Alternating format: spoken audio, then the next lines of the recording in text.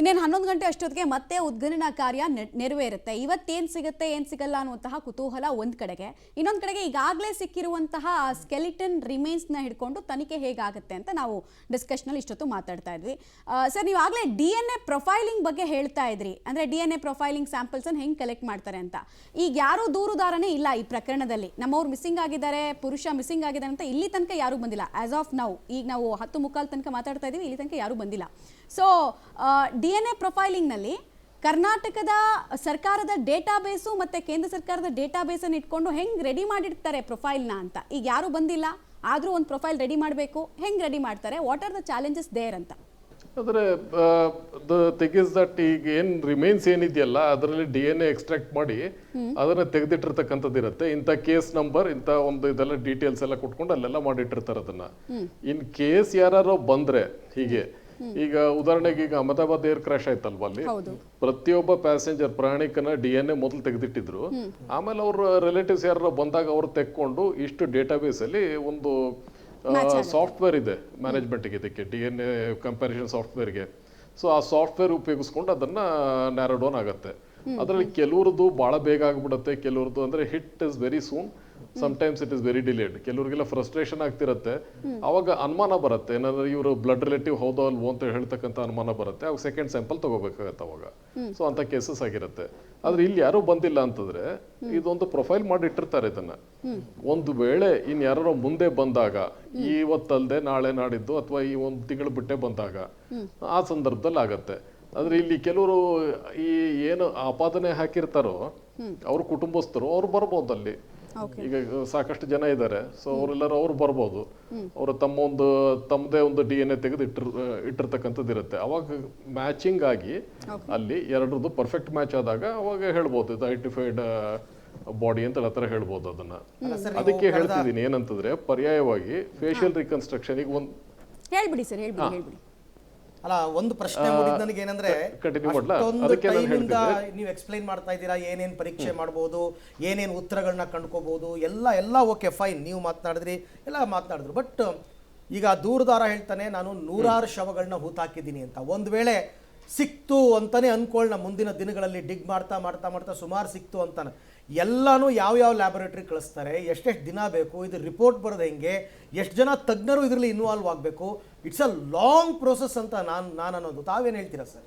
True, ನಾನು ಅದೇ ಹೇಳ್ತೀನಿ. ಅದಕ್ಕೆ ನನ್ನ ಈಗ ಕೋ ಪ್ಯಾನಲಿಸ್ಟ್ ಬಸವನಗೌಡರು ಹೇಳಿದ್ರು 6 ತಿಂಗಳ ತನಕ ತಗೊಳತ್ತೆ ಅಂತೇಳಿ. ಇದಕ್ಕಾಗಿ 6 ತಿಂಗಳ ತನಕ ತಗೊಳತ್ತೆ. 6 ತಿಂಗಳು ಒಂಥರ ಕನ್ಸರ್ವೇಟಿವ್ ಎಸ್ಟಿಮೇಟ್ ಅಂತಾನೆ ಹೇಳ್ತೀನಿ. ಲಾಂಗ್ ಪ್ರೊಸೆಸ್ ಅಂದ್ರೆ it can take years also sometimes. ಯಾಕೆಂದ್ರೆ ನಾನ್ ಕೋಆಪರೇಟಿವ್ ಡೋನರ್ಸ್ ಇದ್ದಾಗ it can take a long time. ಅದನ್ನ ಕೋಲ್ಡ್ ಕೇಸ್ ಅಂತ ಹೇಳಿ ಹೇಳಿರ್ತಾರಂತದನ್ನ. ಈ ಕೆಲವು ಇದರಲ್ಲಿ ಕೋಲ್ಡ್ ಕೇಸ್ ಅಂತಂದ್ರೆ ಇಂಥದ್ದಾಗಿದೆ, ನಮ್ಮಲ್ಲಿ ಎಲ್ಲ ಮಾಹಿತಿ ಇದೆ, ಕಂಪ್ಯಾರಿಟಿವ್ ಸ್ಯಾಂಪಲ್ಸ್ ಯಾರು ಬಂದಾಗ ಅವಾಗ ಅದನ್ನ ನಾವು ಐಡೆಂಟಿಫೈ ಮಾಡ್ಬೋದು ಅಂತ ಹೇಳ್ತಕ್ಕಂಥದ್ದು ಒಂದು ಬರುತ್ತೆ. ಮತ್ತೆ ಇನ್ನೊಂದು ಏನಂತಂದ್ರೆ, ಅದಕ್ಕೆ ನಾನು ಏನು ಹೇಳಿದ್ರೆ DNA maybe a long short sometimes. Facial reconstruction ಅಂದ್ರೆ ಒಂದು ಚೆಹರೆ ಸಿಕ್ಕತ್ತಿಲ್ಲಿ, ಈ ವ್ಯಕ್ತಿಯ ಚೆಹರೆಯನ್ನ ಗುರುತಿಸ್ತಕ್ಕಂಥವ್ರು ಸಾಕಷ್ಟು ಜನ ಇರ್ಬೋದು. ಅಂದ್ರೆ ರಕ್ತ ಸಂಬಂಧಿಕರಲ್ಲದೆ ನೆರೆಹೊರೆಯವರು, ನೇಬರ್ಹುಡ್ ಪೀಪಲ್ ಇರ್ಬೋದು, ಫ್ರೆಂಡ್ಸ್ ಇರ್ಬೋದು, ಅಥವಾ ಅದರ್ ಅಸೋಸಿಯೇಟ್ಸ್ ಇರ್ಬೋದು, ಅವ್ರು ಗುರುತಿಸಬಹುದಾಗತ್ತೆ. ಸೊ ಅದಕ್ಕೆ ಎರಡನ್ನೂ ಪ್ಯಾರಲಲ್ ಆಗಿ ನಡೆಯುತ್ತೆ ಇದನ್ನ. So once the skull is available fully. Arvind sir, thank you, ತುಂಬಾ ವಿಚಾರಗಳು ತಿಳಿಸ್ಕೊಟ್ರಿ, ಧನ್ಯವಾದ ತಮಗೆ. ಈಗ ನಮಗೆ ಇನ್ನೊಬ್ರು ಗೆಸ್ಟ್ ಜಾಯ್ನ್ ಆಗಿದ್ದಾರೆ, FSL ಎಕ್ಸ್ಪರ್ಟ್ ಇದ್ದಾರೆ, GS ವೇಣು ಮಾಧವನ್ ಅಂತ. ಅವ್ರನ್ನು ಮಾತಾಡಿಸ್ಬಿಡೋಣ. ಸರ್ ನಮಸ್ಕಾರ. ಈಗಾಗಲೇ ನೀವು ಈ ಇಡೀ ಕೇಸ್ನ ಫಾಲೋ ಅಪ್ ಮಾಡ್ತಾ ಇದ್ದೀರಾ ಅಂತ ನಾನು ಭಾವಿಸ್ತೀನಿ. ಸೊ FSL ಮೇಲೆ ಇಡೀ ಪ್ರಕರಣದ ತನಿಖೆ ಹಾಗೂ ಪ್ರಗತಿ ನಿಂತಿದೆ. ಸೊ ಫಸ್ಟ್ ರಿಯಾಕ್ಷನ್, ಏನೆಲ್ಲ ಸವಾಲುಗಳಿದೆ ಅಂತ ವಿವರಿಸೋದಾದ್ರೆ?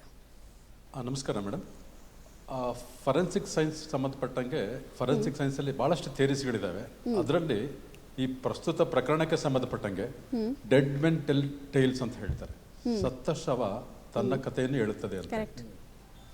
ಅದ್ರ ಜೊತೆಗೆ ಭಾಳಷ್ಟು ಮುಖ್ಯವಾಗಿ theory of individuality, theory of comparison, so many ಭಾಳಷ್ಟು ಸಿದ್ಧಾಂತಗಳಿದೆ ಫರೆನ್ಸಿಕ್ ಸೈನ್ಸ್ ಸಂಬಂಧಪಟ್ಟಂಗೆ. ಆ ಸಿದ್ಧಾಂತಗಳಿಂದನೇ ಹೀಗಾಗಿ ಫರೆನ್ಸಿಕ್ ಸೈನ್ಸ್ ಇಡೀ ಪ್ರಪಂಚದಾದ್ಯಂತ ಒಂದು ರೀತಿಯಲ್ಲಿ ನಿಖರವಾದಂತಹ ಭಾಳಷ್ಟು ಅರ್ಥಪೂರ್ಣವಾದಂತಹ ತನಿಖೆಗಳನ್ನು ಸಕ್ಸಸ್ಫುಲ್ ಆಗಿ ಯಶಸ್ವಿಯಾಗಿ ನೀಡ್ತಾ ಬಂದಿದೆ ಅಂತ ಹೇಳಿ ನನ್ನ ಮೊದಲನೇ ಅಭಿಪ್ರಾಯ.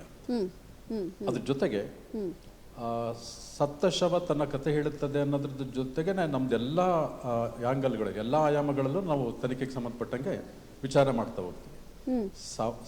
ಬರೀ ಅತಿ ಸಾಮಾನ್ಯವಾಗಿ ತನಿಖಾಧಿಕಾರಿ ತನ್ನ ಅನೇಕ ಸಂದೇಹಗಳನ್ನು ವಿವಿಧ ರೀತಿಯಲ್ಲಿ ಅವುಗಳನ್ನ ಬಗೆಹರಿಸುವಂತ ಪ್ರಯತ್ನಗಳು ಮಾಡ್ತಾರೆ.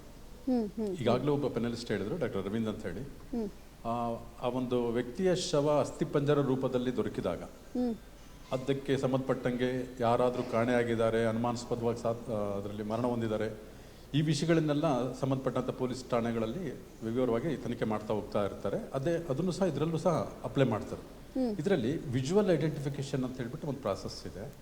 ಆ ವ್ಯಕ್ತಿ ಮುಖ ಹಿಂಗಿತ್ತು, ಕಣ್ಣು ಹಿಂಗಿತ್ತು, ಈ ಥರ ಸಾಮಾನ್ಯವಾಗಿ ನೋಡಿದ ತಕ್ಷಣ ಯಾರಾದರೂ ಅವರು ಕುಟುಂಬದವ್ರು ಇರ್ಬೋದು, ಅಥವಾ ಸ್ನೇಹಿತರು ಇರ್ಬೋದು, ಅಥವಾ ಅವ್ರು ಬಳಸ್ತಿರೋಂಥ ಬಟ್ಟೆ ಇರ್ಬೋದು, ಅಥವಾ ಆಭರಣಗಳಿರ್ಬೋದು, ಅದೇ ರೀತಿಯಲ್ಲಿ ಅವ್ರದ್ದೇನಾದರೂ ಇಂಡಿವಿಜುವಲ್ ಆಗಿ ಯಾವಾಗಲೂ ಸದಾಕಾಲ ಜೊತೆಲೇ ಇಟ್ಕೊಂಡಿರೋಂತಹ ಯಾವುದಾದ್ರೂ ವಸ್ತುಗಳಿರ್ಬೋದು, ಅದರಿಂದಲೂ ಸಹ ಮೊದಲನೇ ಹಂತದಲ್ಲಿ ವಿಜುವಲ್ ಐಡೆಂಟಿಫಿಕೇಶನ್ ಅಂತೇಳಿ ನೋಡಿದಾಕ್ಷಣ ಅಂತ ಹೇಳ್ತೀವಲ್ಲ, ಆ ಥರ ಸಾಮಾನ್ಯವಾಗಿ ನೋಡಿದ ತಕ್ಷಣ ಕಂಡುಹಿಡಿಯುವಂಥ ಒಂದು ಪ್ರಾಸೆಸ್ ಇರುತ್ತೆ. ಸರ್ ಹಾಗೆ ವೇಣುಮಾಧವನ್ ಸರ್ ಕಂಪ್ಯಾರಿಸನ್ ಅಂತ ಹೇಳಿರುತ್ತೆ. ಸಾಕಷ್ಟು ವಿಚಾರಗಳು ನಿಮ್ಮ ಜೊತೆ ಮಾತನಾಡ್ಲಿಕ್ಕಿದೆ, ದಯವಿಟ್ಟು ಹಾಗೆ ನಮ್ಮ ಜೊತೆ ಲೈನಲ್ಲಿ ಇರಿ.